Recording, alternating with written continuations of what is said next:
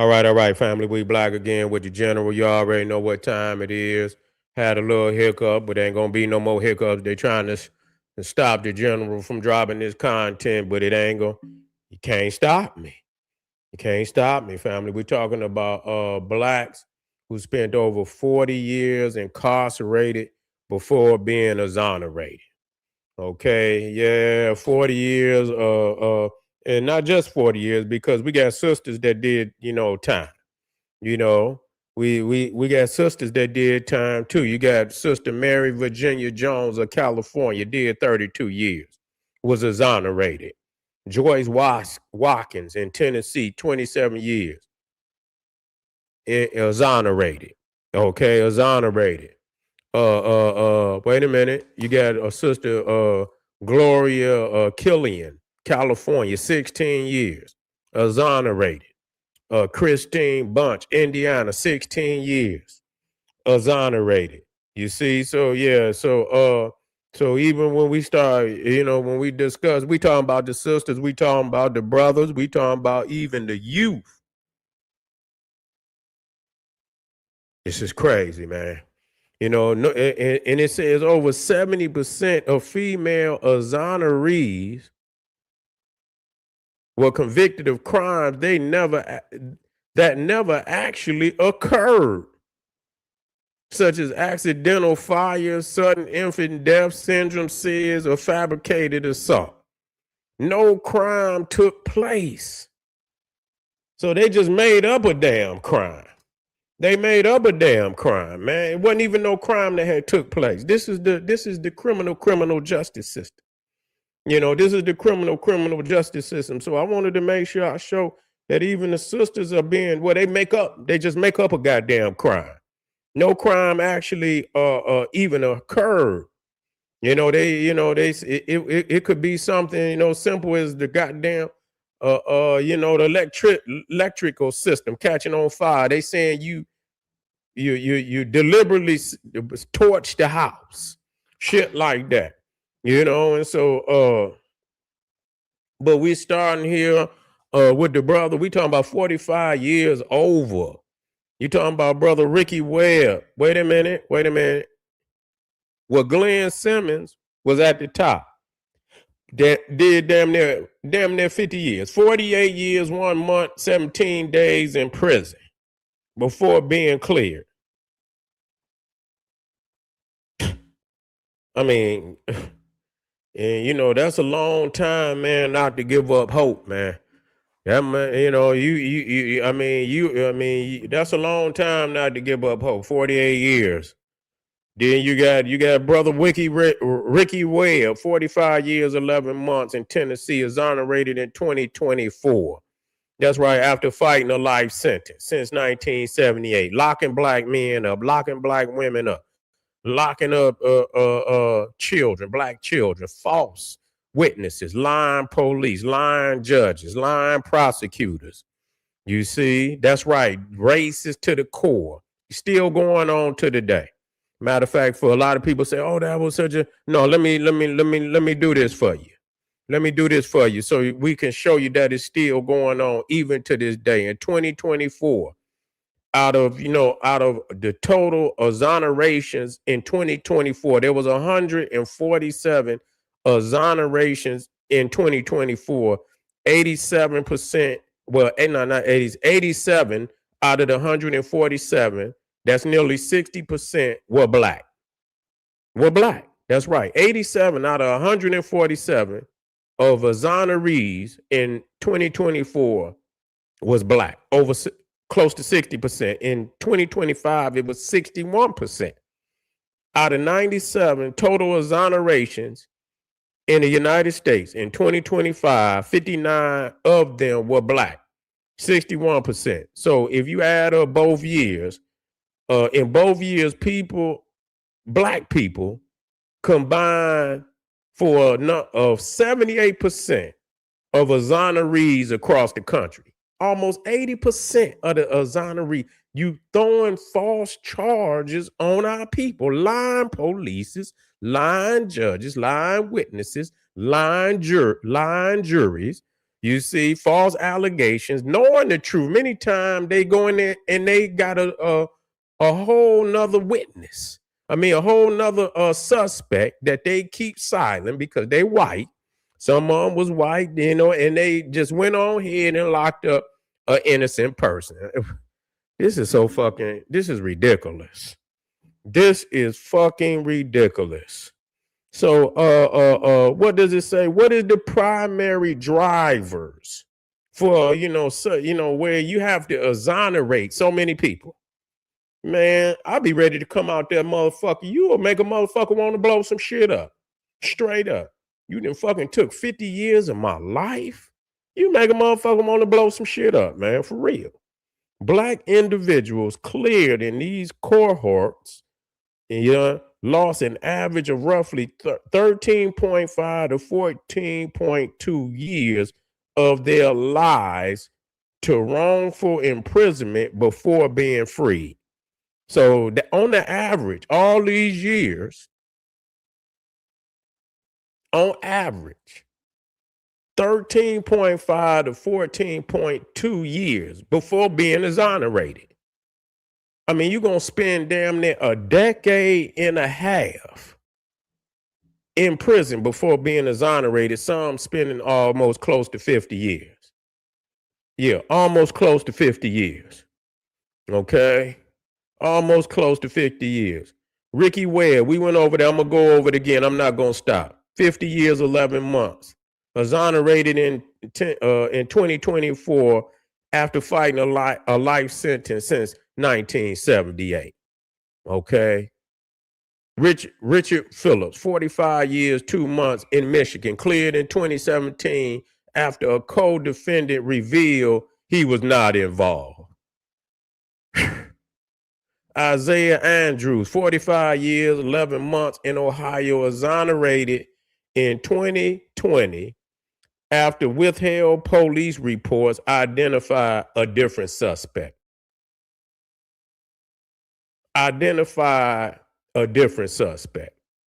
Police report. So you just heard that, right? Okay. Wilbur Jones, 44 years, 9 months, Louisiana, freed in 2017 after evidence linking the crime to a serial rapist was suppressed. Suppressed the information. Wow. That's your police. That's your good police. That's your good criminal justice system, right? Vincent Simmons, 44 years, 6 months in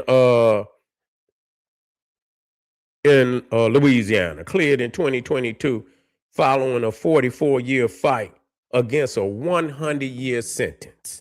They sentenced an innocent man to 100 years. So when you look at what they're doing to Carmelo Anthony, and you add it, it's just another nigga.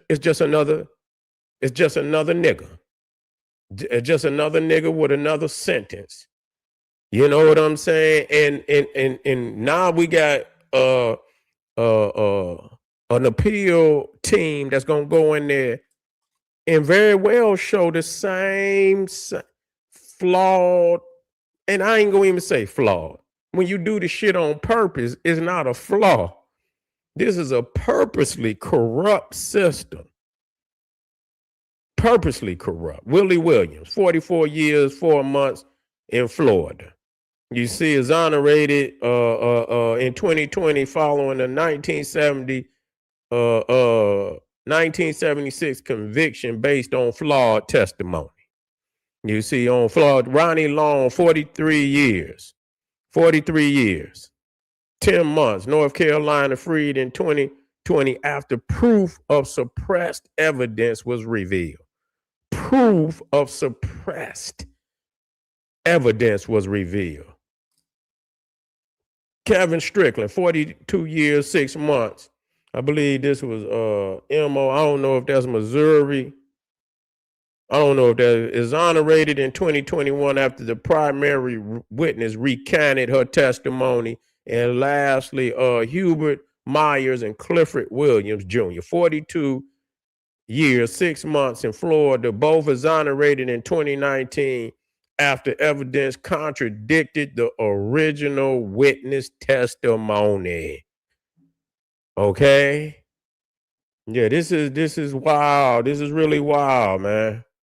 And do you know, according to the National Registry of Exonerations, innocent black defendants wait on average 45%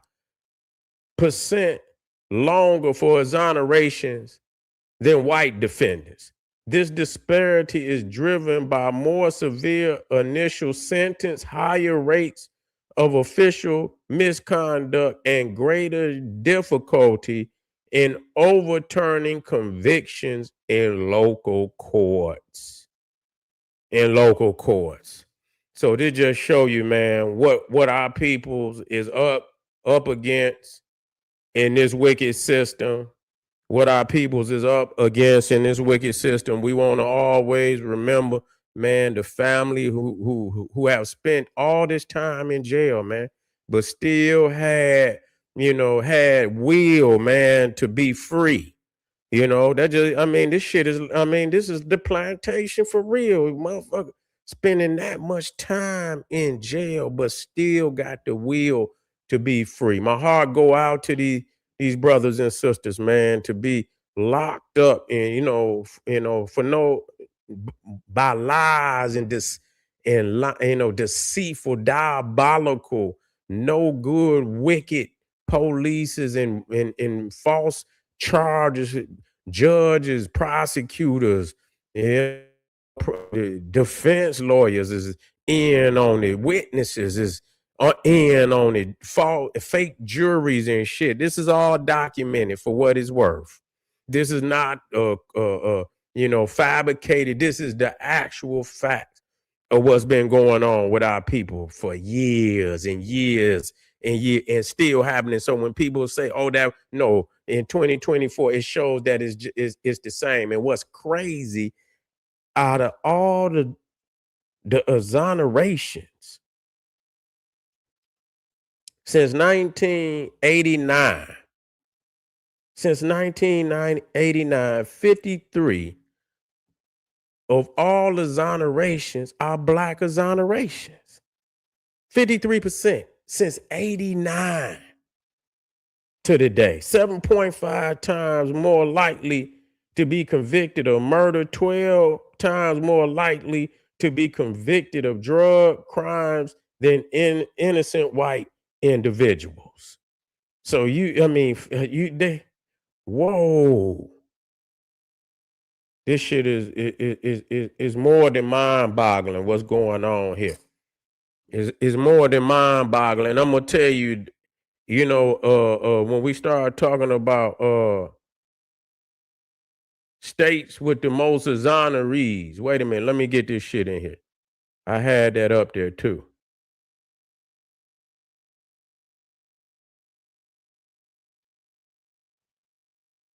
Illinois is at the top. Louisiana is second, I believe.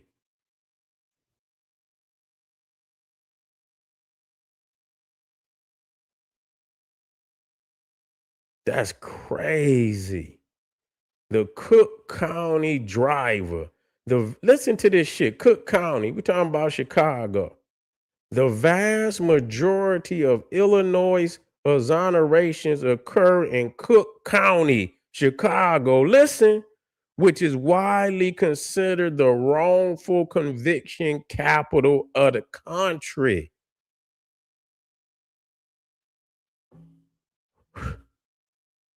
What a motherfucking title to have. Considered the wrongful conviction capital of the country, Cook County. The role of scandals. Illinois has experienced massive large-scale police corruption scandals, such as those involving the former Chicago police sergeant Ronald Watts. These scandals resulted in group exonerations where hundreds of framed, predominantly black defendants were cleared at once.